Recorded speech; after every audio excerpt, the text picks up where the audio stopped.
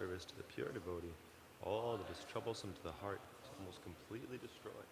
Loving service unto the personality of Godhead, whose praise with transcendental songs is established as an irrevocable fact. Om Jnana Timirandhasya Jnananjana Shalakaya Chakshurun Militam Jena Tasmai Shri Gurave Namaha. I was born in the darkness of ignorance, and my spiritual master opened my eyes with the torched light of knowledge. I offer my respectful obeisances unto him.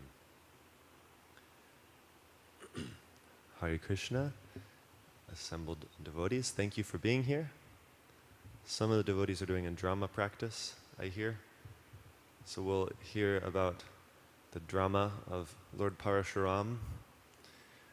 The Lord is described as an actor on a stage in the first canto of Bhagavatam. And it's amazing that he is immersed in the Leela.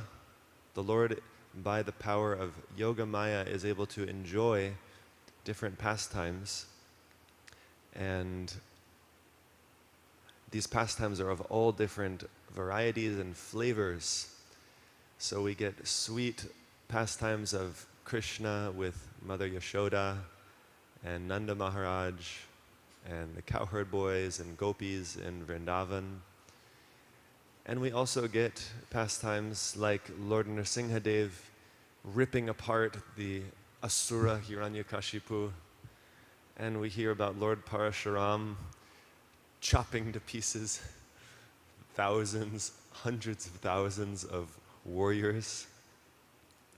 So today we'll get in the mood of Virya Rasa, which is the heroic type of battle mood that the Lord likes to enjoy. Chapter 16 picks up from where we left off yesterday. And we can read until text. Which text do we finish on? So we are actually in 1 to 16. Okay. So, not so many verses. Let's just read them together. 1 to 9 only. Okay. Okay, please read with me. Shukadev Goswami said, "My dear Maharaj Parikshit, son of the Kuru dynasty, when Lord Parashuram was given this order by his father, he immediately agreed, saying, 'Let it be so.' For 1 complete year he traveled to holy places. Then he returned to his father's residence." 1 second. What is Lord Parashuram responding to? What happened yesterday? Yes. It's sinful to kill a king, his father Jamadagni told him. Because the king is the representation of all the devatas. Yes. So you should atone by going on pilgrimage. Thank you. That's right. If we have a mic to pass around, that would be helpful. Okay, text 2.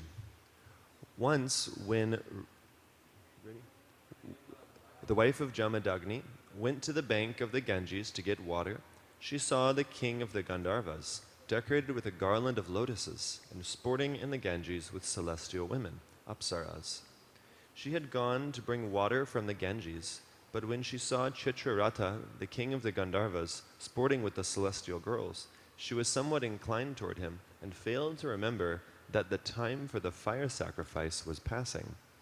Later, understanding that the time for offering the sacrifice had passed, Renuka feared a curse from her husband. Therefore, when she returned, she simply put the water pot before him and stood there with folded hands. The great sage Jamadagni understood the adultery in the mind of his wife. Therefore, he was very angry and told his sons, "My dear sons, kill this sinful woman." But the sons did not carry out his order. Jamadagni then ordered his youngest son, Parashuram, to kill his brothers, who had disobeyed this order, and his mother, who had mentally committed adultery. Lord Parashuram, knowing the power of his father, who was practiced in meditation and austerity, killed his mother and brothers immediately. So, this is quite a lot. I'm wondering if there's explanation in the purport. Not. So, the next verse, okay. Jamadagni, the son of Satyavati, was very much pleased with Parashuram and asked him to take any benediction he liked. Lord Parashuram replied, "Let my mother and brothers live again and not remember having been killed by me. This is the benediction I ask." Very nice. Happily ever after. Thereafter, by the benediction of Jamadagni, Lord Parashuram's mother and brothers immediately came alive and were very happy, as if awakened from sound sleep. Lord Parashuram had killed his relatives in accordance with his father's order because he was fully aware of his father's power, austerity, and learning. My dear King Parikshit, the sons of Kartavirya Arjuna, who were defeated by the superior strength of Parashuram, never achieved happiness, for they always remembered the killing of their father. Okay. There are some bewildering things in the scriptures that we may not understand at first glance, and the approach that I have found effective is to say, one day, with mature guidance, I can perhaps understand what is going on here. Right now, I don't understand, but I have enough faith in the scripture thus far that I'm not going to abandon the scripture, I'm not going to abandon the practice, just going to put this to the side and say, when the time is right, or even now, let me ask someone who knows better. Prabhupada Priya is my main go-to. And I just remember how the understanding of the scriptures can be likened to a university. And I understand perhaps the 101, 201 levels, and I've applied that in my life. I've benefited, and the 301 and beyond, I don't yet understand. So one day I can understand these higher concepts. So hopefully these types of statements don't shake your faith too much. And hopefully we are a little disturbed to hear something like we just read. We should feel a little concerned and inquire to know further, at least for the sake of enlightening those who don't have faith in the Srimad Bhagavatam, because statements such as these, pastimes such as these, could make someone repulsed from ever reading Srimad Bhagavatam. That's why it's in the 9th canto, for one. Just a few thoughts on challenging statements in Scripture. There's a whole course called hermeneutics, ISKCON hermeneutics. I would highly recommend for anyone who would like to deepen their understanding of why do we believe what we believe, and how do we study and interpret what is in the Scripture, what is metaphorical, what is literal. I found it very helpful. So, text 9. We're hearing Shukadev Goswami addressing the Raja, King Parikshit, and he's referring to Arjunasya in the first line, which is referring to Kartavirya Arjuna, the Sutta, the sons of Kartavirya Arjuna. This first line, he's addressing Parikshit, referring in this way. And then they always remembered that their fathers having been killed by Parashuram. He didn't kill his father, right? He killed the mother and sons. Oh, yeah. Thank you. I was mixing them up. Okay, so the sons of Kartavirya Arjuna always remembered that Parashuram had killed their father. Yes, that's the second line. And the third line is just defeated by the superior power of Lord Parashuram. Rama Virya. So I said at the beginning, we're discussing Virya Rasa, and here in this verse, Virya. And they were never happy at any time, the fourth line is saying, because of this. So yesterday we discussed which quality? Forgiveness. And what prevents us from forgiving? It starts with a G, and it rhymes with nudge. Grudge.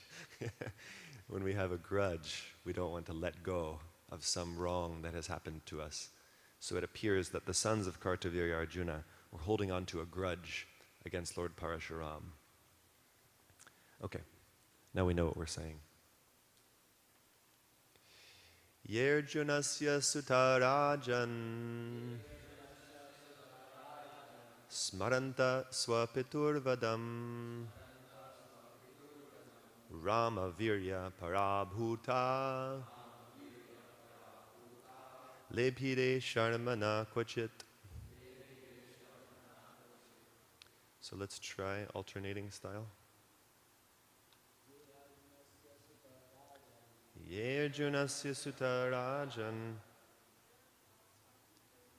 smaranta swapiturvadam Rama virya parabhuta lepide sharmana kvachit. Yejunasya sutarajan smaranta swapiturvadham. Bruce. Rama virya parab. Yeah, just one by one. Go ahead. Lepide sharmana kvachit. Yejunasya sutarajan smaranta swapiturvadham Ramavirya parabhuta lebhide sharmana kvachit. Yejunasya sutarajan Ramavirya parabhuta lebhide sharmana kvachit. Thank you all. Translation. My dear King Parikshit, the sons of Kartavirya Arjuna, who were defeated by the superior strength of Parashuram, never achieved happiness, for they always remembered the killing of their father. Purport. Yes, Amal Harinam. Oh, that was quick. Go ahead. Jamadagni was certainly very powerful due to his austerities, but because of a slight offense by his poor wife Renuka, he ordered that she be killed. This certainly was a sinful act, and therefore Jamadagni was killed by the sons of Kartavirarjuna. As described herein, Lord Parshurama was also infected by sin because of killing Kartavirya Arjuna, although this was not very offensive. Therefore, whether one be Kartavirya Arjuna, Lord Parshurama, Jamagni, or whoever one may be, one must act very cautiously and Sagaciously, like a sage. Sagaciously. Otherwise, one must suffer the result of sinful activities. This is the lesson we receive from Vedic literature. Wow. Srila Prabhupada ki jai. Lord Parashuram was also infected by sin. The Supreme Personality of Godhead, can he be infected by sin? No. So this is quite an interesting section of Bhagavatam. I remember hearing that in Canto 9, we hear some bewildering statements and pastimes, and perhaps it's meant to prepare us for the 10th canto, to test our faith a little bit. You've been riding the Srimad Bhagavatam roller coaster for 8 cantos now, and you're just about to get to Krishna's pastimes. The 10th canto is like the face of Srimad Bhagavatam, and it's so sweet and wonderful, and yet, are we ready to approach it? Is our faith deep enough? So we hear some curious statements. Lord Parashuram was also infected by sin. And even a great sage like Jamadagni committed a sinful act. So Prabhupada gives us a great lesson. I can't fully explain some of these things. We would need Prabhupada Priya's guidance.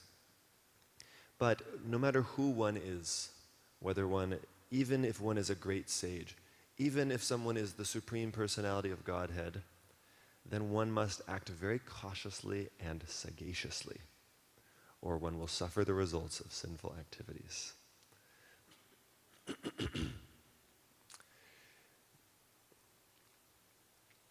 We hear a similar example in the prequel to Srimad Bhagavatam's telling. Sutta Goswami is speaking to the sages of Naimisharanya, and Sutta Goswami, before sitting down and speaking, who was speaking before him? His father, correct? His father was Romaharshan Sutta. And Romaharshan Sutta, when Lord Balaram came into the assembly, and I don't know if it was exactly the same place, but this was before Sutta Goswami took the seat to represent his father. Lord Balaram came into the assembly where Romaharshan Sutta was speaking Bhagavatam, or he was speaking some Krishna Katha. And Romaharshan Sutta did not give the proper respect to Lord Balaram, although he is the Supreme Lord who walked into the assembly. There was perhaps some tinge of pride. And so what did Balaram do? He picked up a blade of grass from the ground and he threw it at Romaharshan Sutta and killed him. And as we discussed yesterday, even when Lord Balaram or Lord Krishna, Lord Parashuram kills someone, it's ultimately good for them. They get liberation. And Lord Balaram wanted to teach a lesson. You should respect great personalities. He's not proud, but teaches a lesson. And then the Brahmanas assembled said, "My dear Lord Balaram, we know that everything you do is perfect, but still I think to set an example for the common people, you should atone for your sin." Just like we saw Jamadagni, who told Parashuram that you should atone for this sinful act of killing the king, Kartavirya Arjuna. And so then Lord Balaram goes on pilgrimage. And so Lord Balaram wasn't present for Kurukshetra war, actually. He was out visiting the holy places like Parashuram. And we also see that Lord Ram, as we read about in this section of Srimad Bhagavatam, he's setting the example of an ideal king. And he understands the principle from Bhagavad Gita, which he spoke as Lord Krishna, which is Yad Yad Acharati Shreshtas. Anyone? Tat Tad Eve Taro Jana Sayat Pramanam Kurute Lokas Tad Anuvartate. A very common verse that Srila Prabhupada cites, which says that whatever action a great person performs, common people follow. And whatever standards that person sets, all the world pursues. So, although the Supreme Lord doesn't have to do anything, he is Swarat, completely independent to do whatever he wants, whenever he wants, however he wants. And this is what he does in his most intimate pastimes in Goloka Vrindavan.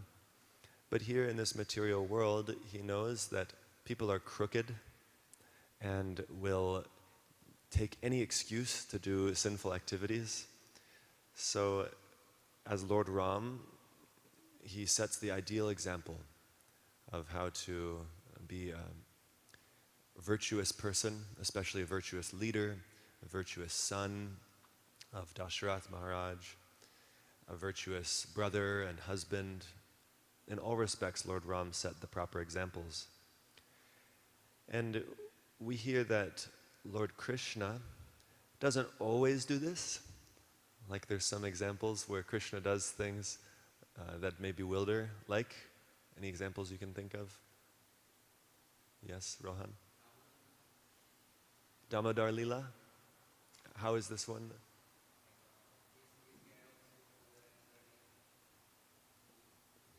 Mm. Yeah, that's true. Krishna is unique for having his childhood pastimes. And also he's naughty. I think a better example is that he steals. Lord Ram doesn't steal because he's setting the example of an ideal person. But Krishna steals. We actually glorify him practically every morning. We're glorifying Krishna for being Kir Chor. Yeah, actually, the name of our worshipable Lord here is Kira Chor. Yeah, Chora means thief. No, Makana Taskara, the butter thief. We were just singing this morning. Gopi Vastra, Gopi Jana Vastra. Yeah, he steals the clothing of the gopis. So Krishna is aware that he needs to set the right example, and yet he enjoys his pastimes of stealing. And he also, with the gopis, they're married. And so from the mundane perspective, this is sinful. This is very improper. And yet, it is the sweetest type of love.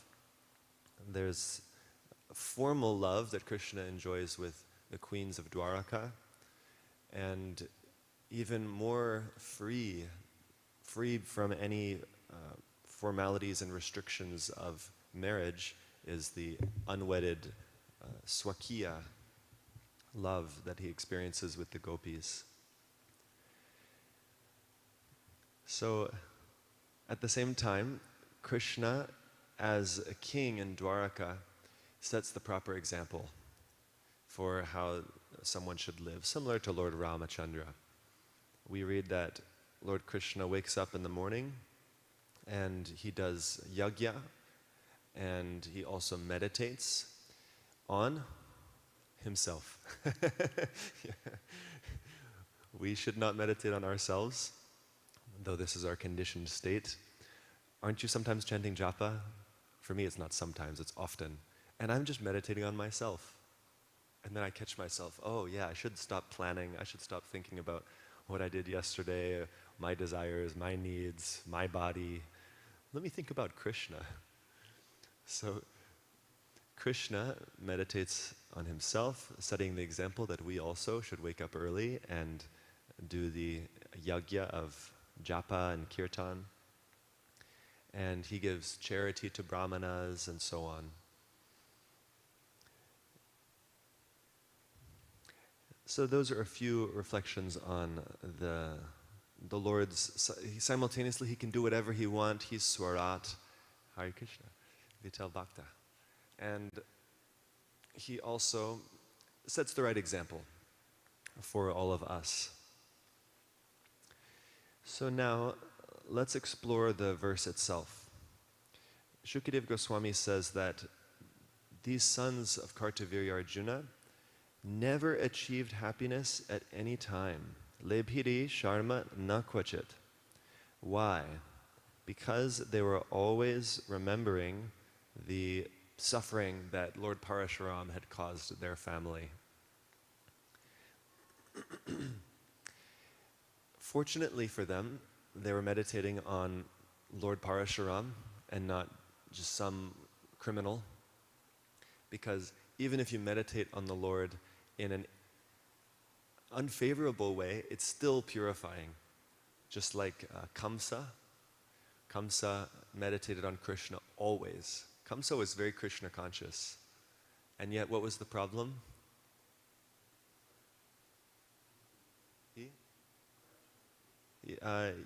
Yeah, we can say Kamsa had a grudge.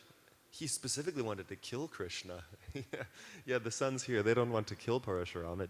Maybe they do, but it doesn't say directly. But Kamsa, it was planning. Not just planning, was executing his plans of killing Krishna. So many demons we hear about. right? Tell me some names of demons that Kamsa sent to try to kill Krishna. Aghasura, Putana, Bakasura, Pralambasura, Arishtasura, Kaliya, Trinavarta, Dhenukasura, so many Krishna sent. And we get to read about these soon. Just wait a few more chapters and you'll get to hear all these wonderful pastimes of Krishna killing these demons. So Kamsa was always thinking of killing Krishna, but this was still good for him. And even if someone is lustfully attracted towards Lord Krishna, even if someone is envious and angry towards Lord Krishna, still that's better than atheism. It's better than hedonistic materialism. Because Krishna is like the sun, and he will extract purity from anyone with whom he comes in contact. So these sons were fortunate to be meditating on Lord Parashuram, but we see a powerful example from them, that if we're meditating on what someone has done to us, how they have victimized us, how they have hurt us, how this may manifest in a roommate in the ashram or at our home. This may be directed towards a family member, co-worker, a leader, whatever. There's so many opportunities for us to think ourselves the victims and to meditate on the wrongs that someone has done towards us.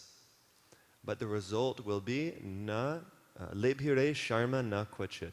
We won't be happy at any time, because it's like we are carrying poison, always meditating on the wrongs someone has done to us. And if you have poison in your own stomach, it's not going to cause any harm to the person that you are upset with. It will just poison your own body. So holding on to a grudge, holding on to anger, envy, jealousy, this is like carrying poison within our own heart. And we will not be happy. So we need to manifest the quality we heard about yesterday of forgiveness.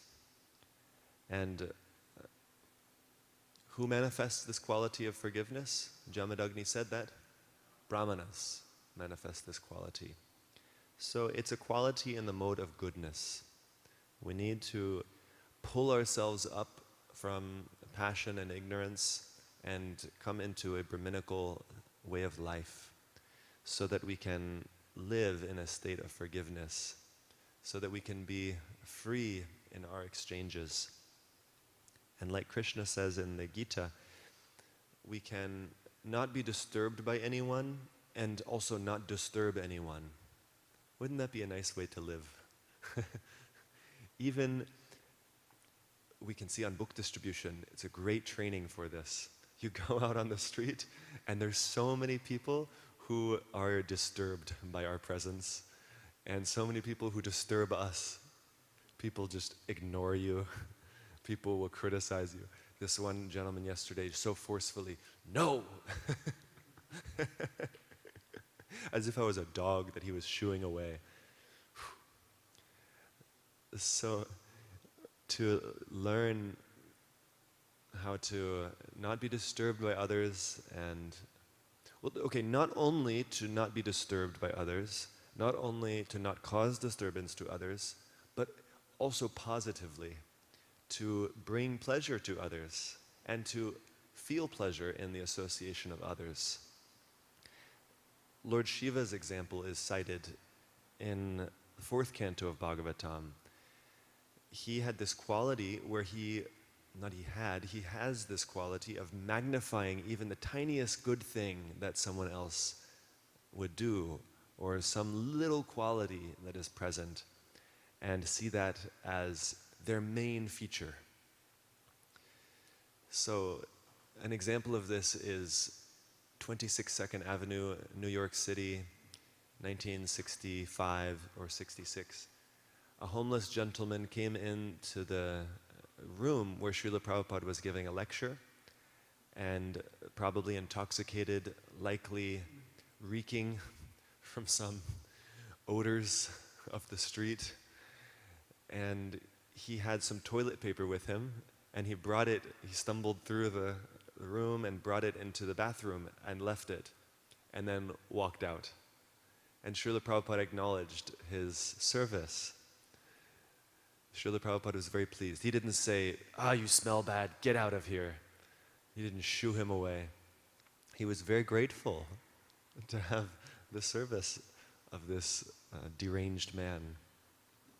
This is the quality of a great soul, to see good even when there is a little bit, even when there is no good qualities. A exalted soul can see some good there. And the opposite is to find fault even when there is none, or to magnify fault even when there is only a small quantity. It's easy for us to get complacent when we spend a lot of time with each other. Do we sometimes experience that even though we know someone has very nice qualities, we can't help but think about some problem they have, some little fault they have? And it's as if we become blind. Stabdha hi pashyanti hi chirna nishkata. Due to pride, we can't see the good qualities of great souls. So we need to remedy this by speaking positively about those around us, thinking positively about them, meditating on the good qualities of the devotees around us, talking about those good qualities, and very quickly we'll feel happiness in this.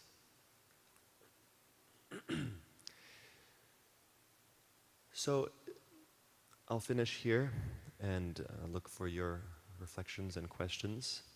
The main lessons we discussed were the Lord can do whatever He wants, and He often does, especially in the spiritual. He always does whatever He wants in the spiritual world, and when He's here, He makes sure to set the right example so that we don't get bewildered and we can go back to Godhead and participate in His pastimes where we're just freely pleasing Krishna. And we also discussed the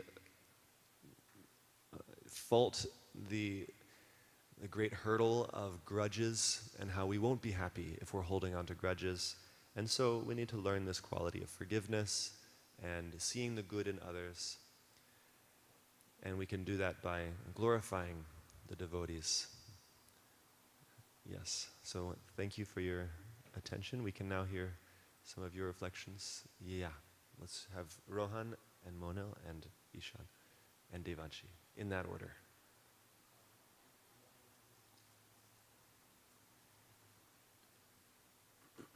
Hare Krishna Prabhu, thank you so much for today's class. My question is regarding the canto, that first we discussed Lord Ram, then Lord Parshuram, and Prabhu today you mentioned that now after this we will discussing pastimes of Lord Krishna. So my question is that why Shukdev Goswami didn't went to the order and change the order of the incarnation, because first Lord Parshuram came, then Lord Ram came, and then Lord Krishna came. And in the first also, like when Shukdev Goswami started the Bhagavatam, he first mentioned the Varadev, then Narsimhadev, then Vamadev. And then in the 8th canto he mentioned Matsya and Kurma. So why is the difference in the order? Why does Shukdev Goswami jump around chronologically? The Srimad Bhagavatam is not chronological, but it is logical. And that's what I've heard from Gauranga Darshan Prabhu. We can understand one aspect is that Shukdev Goswami is a Mahabhagavata, pure devotee, and he is relishing the sweetness of Krishna's pastimes, and so he'll get carried away. Even in Bhagavatam classes that we hear in Nuramunadham, devotees will sometimes become very excited by a certain topic, and they'll get lost talking about that. And then, oh yeah, we need to come back to the verse. So what to speak of an exalted soul, a highly exalted soul like Shukadev Goswami? We see another example in the second canto that he begins his speaking to Maharaj Parikshit in response to Parikshit's questions. What is the duty of all people, especially what is the duty of those who are about to die? And Shukadev Goswami just comes in really strong, destroying our hopes for materialistic happiness and cutting down demigod worship and cutting down universal form meditation and yogic meditation, Ashtanga yoga, and establishes bhakti as supreme. And then, I think it's chapter 4, he recognizes that, oh, I didn't chant the invocation mantras. Not exactly. You know, we say Om Namo Bhagavate Vasudevaya. And so, Shukadev Goswami in chapter 4 of Canto 2 starts saying some prayers. And so we might read that, and why is he all of a sudden starting to recite some prayers? This is the explanation Gauranga Darshan Prabhu gave, is that he recognizes, oh, I need to, offer some formal prayers to the Lord. Perhaps he was thinking to set the right example, like we see in Lord Ram and Lord Krishna. Okay, if I don't follow any sort of standard, then people will get bewildered and they'll follow my example. So even for someone who is on an exalted platform, even if they're in, there's Vaidhi Bhakti for beginners, and at a mature stage one moves into Raganuga Bhakti. So even if someone is on a more mature stage of Bhakti, still one follows the external processes to set the right example for newer devotees so they don't get bewildered and lost on the path. So I can share those few reflections. Thank you, Rohan. And let's just go actually order of geography. Yeah. Thank you so much for your lecture, Prabhu. Just wanted to ask, it's a very different question in a way. We see here Jamadagni as well, being really powerful with his austerities and also being angry. And we see that throughout Bhagavatam, where we see a lot of these highly scholarly sages who have really bad temper, very uncontrollable temper, and give curses to everyone. Like Durvasa. Yes, Durvasa. And a lot more, And why is that so, Because aren't these Brahmanas, Brahmana is supposed to be tolerant and peaceful. So why is that so? And secondly, this may also happen with devotees, who may find their ego increasing, especially false ego, with the austerities that they do in the temple or the services they do. So how can we avoid this as well as devotees? Thank you. Thank you. Yeah, very thoughtful question. How is it that Brahmanas, Vaishnavas, great souls can be overwhelmed with anger, pride? There's a nice verse, I don't remember exactly how it goes, but it says that Maya is so powerful. Gita, we hear Daivihesha Gunamai, Mama Maya Duratyaya. Maya is so powerful that even great elevated sages and saints can become overwhelmed by its power. So we shouldn't be surprised. And we also should be careful not to judge and criticize. We don't know what's happening. We can get in a lot of trouble. So if we see in this community, for example, there may be some senior Vaishnava we see doing something that doesn't appear right, or speaking something that doesn't appear right. We shouldn't immediately judge and criticize. We will be contaminated by that. Though, if there is a serious concern, we should address it in the proper, respectful way by bringing it to the right authority who can do something. But we should be very careful not to criticize great personalities. And it should be a lesson for us, as Prabhupada said, that even the Supreme Lord can be affected by sin, which is not exactly true, but it's an extreme statement for that lesson. I hope this is helpful. Thank you. Devanshi.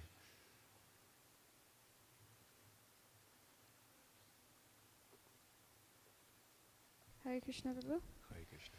So, You mentioned that we should forgive and see the wrong and still be thankful for the service, just how Prabhupada did for that deranged man you said, who kept the tissue paper, toilet paper.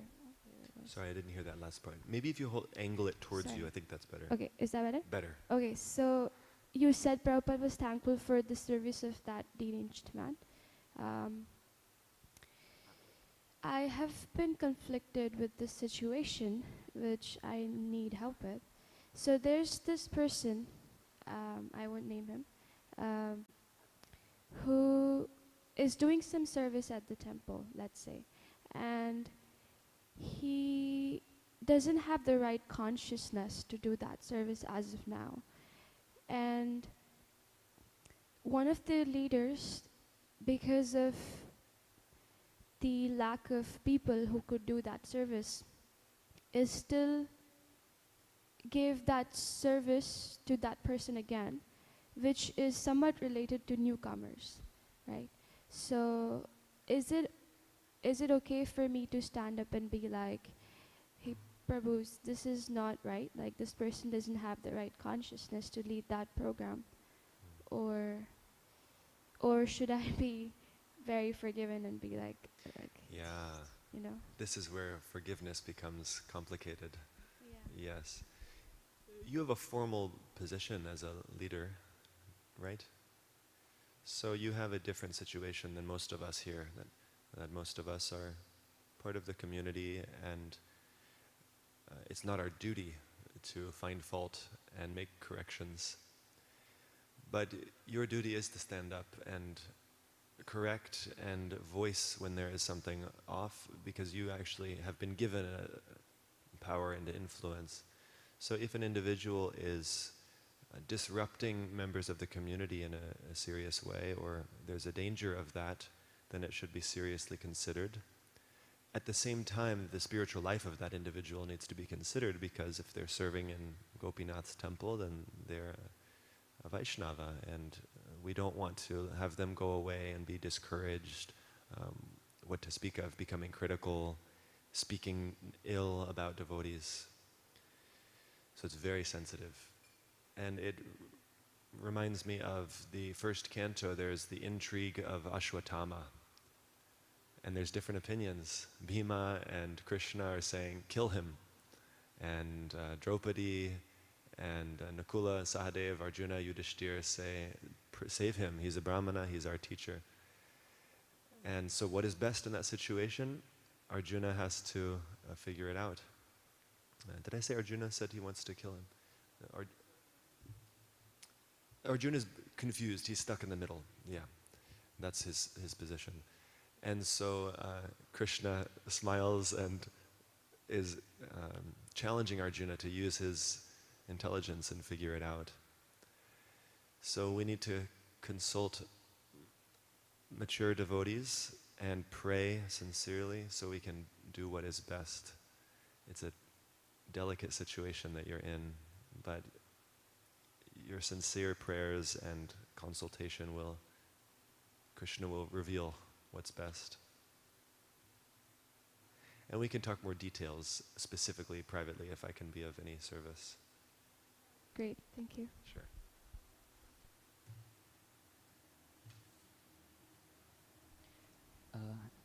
Thank you so much, Prabhu, for... Sure. Angle it towards you. Yeah, I realize these mics work best that way. Yes. So, my first question is, how do we not fall into victim mentality? We're talking about victim mentality. It's very easy for us to think that, everything is happening to me. World is happening to me. Everyone is just doing bad things to me. How do we not fall into that and actually take charge and do something ourselves? How to not fall into victim mentality and think that everything is happening to me, people have wronged me. One suggestion is meditating on the other person, and rather than having some static image of who they are or what happened, we think we have the absolute reality. That's our problem. We think, this person is like this, and they did this because of this. We assume we know their intention, we assume we know their character, And yet, if we dive a little deeper, if we have the opportunity, we can actually talk with them. If there are people we are close with who we feel have wronged us.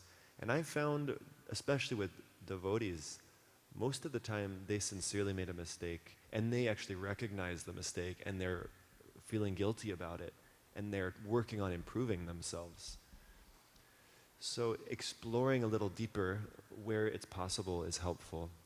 And where it's not possible, at least we can give the benefit of the doubt and try to imagine, if I were in that person's circumstances, I may have done something similar. We can also reflect on our past and think of the wrongs we have done towards others that we regret, and yet because of the circumstances we felt that was the right thing to do, or we were overwhelmed with anger and emotion. These are a few reflections. Yeah. So one more question. So if we are in a devotee circle and when we hear some criticism, not very critical, but in a humorous way, like we are joking about some devotees and not talking about the good ones, but some faults, some bad qualities, something. Is it very offensive, and what should we do in that situation? Because we are not actually speaking of these, but we are listening. That is also wrong. Yeah, I have battled with this question my whole time in Krishna consciousness. I still don't fully understand it. What I can understand is the mood is essential. Because Krishna and the cowherd boys make fun of each other. The cowherd boys even tease Krishna. The Radharani and her gopis, they chastise Krishna. And it's all in pure love. And so it deepens their bonds. So we need to see, what is my mood if I am speaking in this way about other devotees? If you're not here and I'm joking with Sahadev about you, is it in a sweet, loving way? Or am I actually trying to cut you down? And if someone else is doing it, then we need to be sensitive and feel in our heart, okay, what is the mood here? And knowing that person, and maybe we even can talk with that person and just express, in that conversation, I felt a little disturbed in my heart. Can you just tell me a little more what was going on in your mind? Because I want to be very careful about, how we talk about devotees. I'm not assuming you're speaking in a wrong way, but I just want to know more because I'm still working on understanding this. So it's a very difficult one. We should really err on the side of caution, though. That is a safe principle.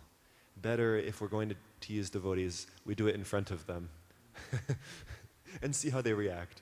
And then actually, if I'm teasing you in front of you, and you get it, you appreciate I'm doing it in a loving way, then when you're not here, I can feel a little more confident that if I'm joking with Sahadev, I'm not doing it because I don't like you. I'm remembering you fondly and the kind of brotherly rasa we're experiencing. These are a few reflections, but let's please err on the side of caution, and when we do feel disturbance, let's talk about it. Yeah. And also, Prabhu, if we feel little disturbed in our heart, that's a sign that it's like we should do something about it. We should at least go and talk to that person that what I heard, can you say more about it? Like I was kind of disturbed. So I think that is a good approach. We should go and talk to them. If we feel some disturbance in our heart, especially if it's consistent and maybe consistent with a particular individual or a specific situation that comes up repeatedly. Yes. And also, we're conditioned souls. It's no surprise that we have some envy in our hearts. And we are conditioned from our upbringing, most of us, that teasing, cutting down others is seen as a good thing. Yeah. So let's be very careful. Thank you for the thoughtful, mature question.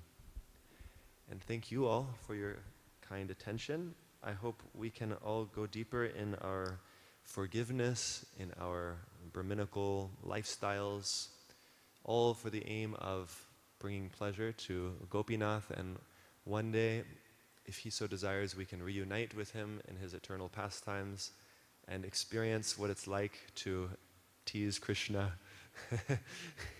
and to be free and not have to worry about all of the contaminations of this world.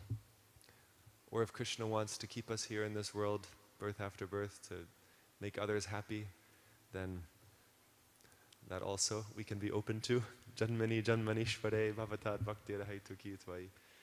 Okay. Srila Prabhupada ki jai, Grantaraj Srimad Bhagavatam ki jai, Vanshakalpatarubhyascha.